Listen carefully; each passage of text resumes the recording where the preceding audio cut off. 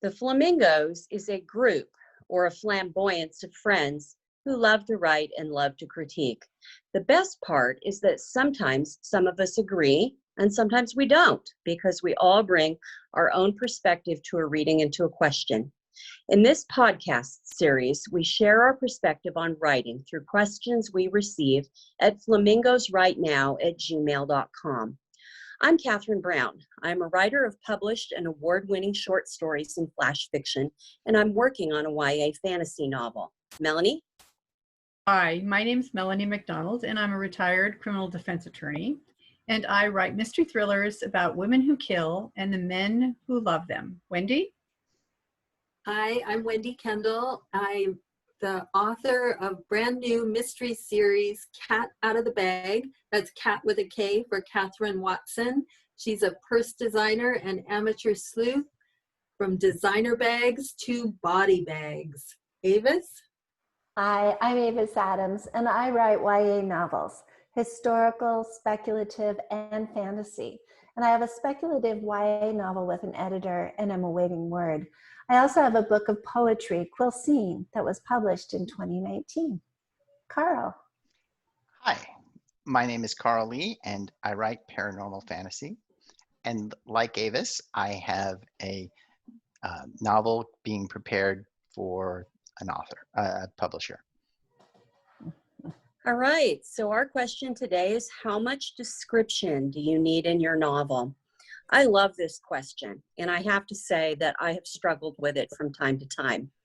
I know a lot of writers, present company included, who write lush description. That does not come naturally to me for some reason. As a matter of fact, the first writing project I ever undertook was a screenplay. I loved that format because description is minimal, 3 to 4 lines per description at most. The focus is often on the dialogue. That plays to my strengths. So when I write, I start with the dialogue and the orchestration. I move on to description next. I lean toward light description because I don't find it easy. I prefer to let the reader fill in some of the finer details with their imagination. But because I know it's important to orient your reader and avoid the talking heads of an overly dialogue-heavy draft, I take the time to research appropriate detail and paint a picture for the reader. I do focus on details I think are the most evocative. I tend to be efficient with my description. Another reason I lean toward light description in my writing is personal preference. I often don't like to read lengthy description unless it's done really well, but it can be done well, so you can avoid boring your reader. I think lengthy description is done best when it's adding something important to the story. You don't want to include detail for its own sake. If it isn't advancing the plot or providing characterization, you may want to think twice if it's needed. It's more likely to be needed in those stories where setting is itself a character in the novel. One example I can think of off the top is the Poisonwood Bible by Barbara Kingsolver. Africa is a character in that novel, and lush description makes this literary novel speak to you on multiple levels. Setting doesn't just add to the story in literary novels, though. It's important in the world building for genre novels like fantasy or science fiction. You may need extra detail for an alien or fantastic world to come alive. J.R.R. Tolkien used description to his advantage in building Middle-earth. Bottom line, don't include description that doesn't have a job to do. Melanie, what's your take on description in fiction, and how do you approach it in your writing? That's a great question, Catherine. I love writing description and have been accused of writing a detail too far. I like the cinematic approach to storytelling, like painting a picture with words and using the setting to create mood and character. The trick is to use description that doesn't slow the pacing. Catherine's right. Every detail needs to have a purpose. Amazing writers can use a single detail to tell so much about character and plot. Description of the setting creates mood and tone. Is the story set in modern day, the future, the past?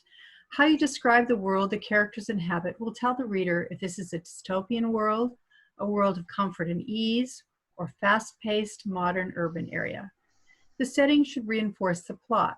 I've always found that there are certain clues which most readers are quick to associate with a certain type of book. Does the story take place mostly at night? Probably a mystery or thriller. Does the story take place in a sleepy country village? Probably a cozy mystery or romance. If you choose to go against type, be sure to leave clues if things are not what they seem or the readers may feel betrayed.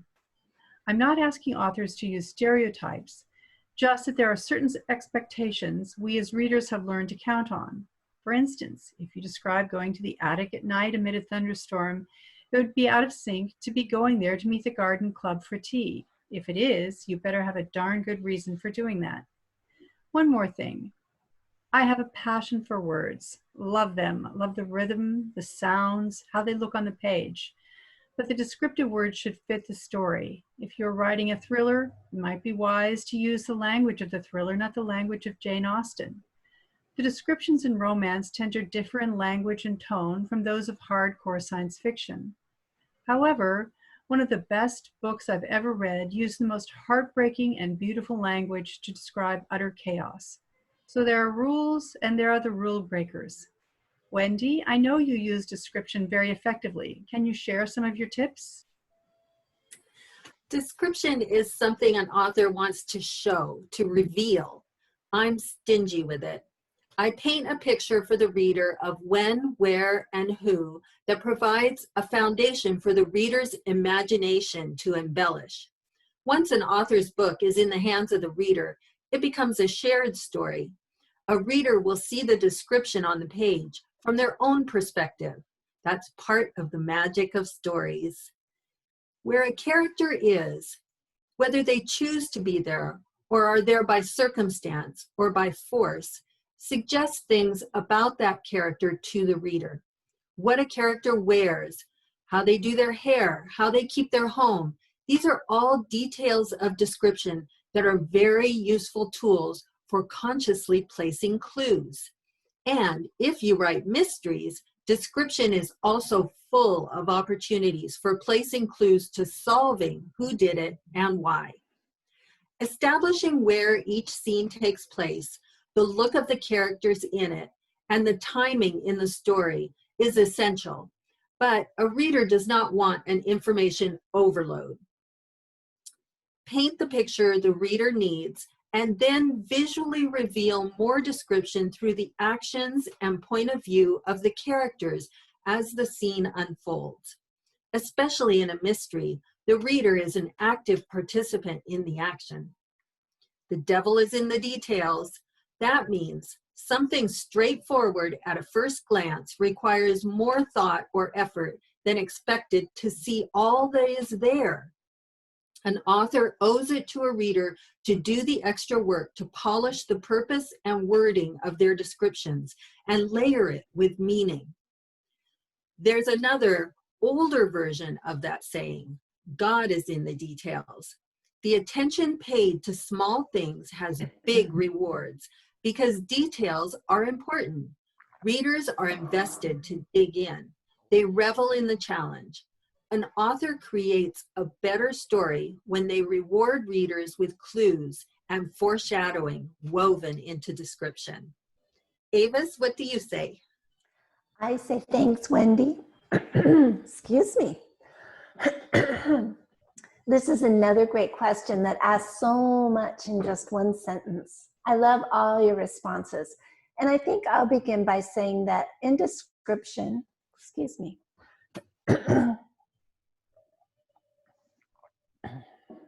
that in description and describing something in a scene, telling can easily rear its ugly head. And that is the biggest problem with description. As writers, we are constantly trying to show, but how do we describe setting when we can't just tell our reader what is in the room or where we are? One way is through active setting, where your protagonist or POV character is interacting with the setting to get details into the scene. Using a character to reach for a handrail that leaves a splinter in her hand. This shows us the handrail is old and rough, but just telling us the handrail is old and rough uses abstractions, old and rough, and it doesn't have a character interacting or involved with the setting. Your characters live in this world, and how they live in that world and react to it makes them feel and that's what drives the story. As Melanie mentioned earlier, pacing of the story is greatly affected by description. So if you have a fight scene or a chase scene, the last thing you want to do is slow down and smell the roses, so to speak. You want to trim back the description and keep the action moving quickly. It's when we slow down the pace that description can be used, but it can easily be overdone here too. Always make sure you have your POV character interacting somehow with the description of the setting through one of the 5 senses, or maybe all 5. See, hear, taste, touch, and smell. Another issue with description is many writers want to use adjectives and adverbs instead of active nouns and strong action verbs.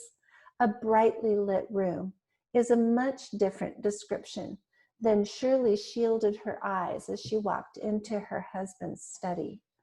Description is so important to a well-written story, but it can be the death of a novel if it is told and not shown, if it uses abstractions and modifiers instead of concrete language, and if it goes on too long without moving the story forward. We must kill our darlings, and sometimes the darling is the description you use to tell us something instead of showing it. So Carl, what are your thoughts on this question? Thanks, Davis. I like description. Unlike Catherine, it comes natural to me. I like to be grounded in the tangible setting. I like to know what the people in that scene are doing, what they look like. I like to know what the sights and the smells are. Does the air feel gritty because there's fine dust in the air, like in a grist mill? I like these. You know, if we're in a forest, is it a dark forest, which would tell us that there may be danger up ahead, or is it sun-dappled and beautiful? Could be a romantic setting. Are the trees conifers, or are they deciduous? It would put it in a particular area of the world. Is there a massive stone structure? Is it a castle? Is it a monastery? Is it a wizard's tower? I need to know.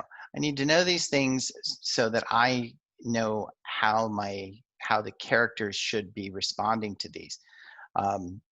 Melanie mentioned that if you use a contrasting setting to what I'm expecting as a reader, I might feel betrayed unless you have a really good reason for breaking that rule, and I agree. But description is more than just setting. Description is the people, how they feel about what's going on, how they react to what they are seeing. So you really need to capture all of those sensory, all that sensory information. You need to capture that and convey that, as Ava said, through showing, not telling. There's a big difference between the brightly lit room and somebody walking in and shielding their eyes, as Ava said. Like Catherine, I also love dialogue, and I use dialogue and orchestration a lot to provide nuanced details to the description for people. Hand trembled when they reached out for the teacup. Are they old? Are they scared? You know, are they tired? Their hand tremors because of fatigue. All of these are ways that we can build description into our scene without going through a dump of telling boring detail. The key is nuanced. Like I like I said, I like description, but a very popular author that has had many books made into movies bashes the reader over the head with so much detailed repetition that it becomes monotonous, and it actually pulls me out of the story. As Ava said, enough is enough. Anything more is too much. In dialogue, you can tell a reader a lot about people and setting. If somebody says, "I don't like," don't you just hate the odor of roses? It tells the reader that this person is going to respond negatively toward a gift of roses, whereas most people respond positively toward a gift of flowers. It has been said that let the reader build in their minds the details that don't matter. A sunny day in February is just like a sunny day in August unless the temperature is important. Specify the important details and let the reader fill in the rest. And one final word of caution: don't introduce a character or setting with minimal details and leave it like that until the end of your story, then suddenly add something specific. I might have thought your heroine was blonde if you suddenly tell me that she's a redhead, I might not like her as much. A somber graveyard, in my mind, suddenly becomes a high school makeout point. You would lose me. Those are examples of adding too little detail and not coming back and fleshing it out through subsequent scenes. And then surprising the reader at the end of your story with, oh, and here's an important detail that, you know, goes against what I have created in my own head. So thanks, Flamingos, for a great session on how much description do you need in your novel. I'd like to thank you, our fellow writers, for joining us today. We hope you've enjoyed our podcast and learned something you can take away with you to help you in your writing journey. Please send us your questions about writing to flamingosrightnow@gmail.com. That's flamingosrightnow, no spaces, at gmail.com. And you might hear our responses to your questions on our Flamingo Right Now podcast.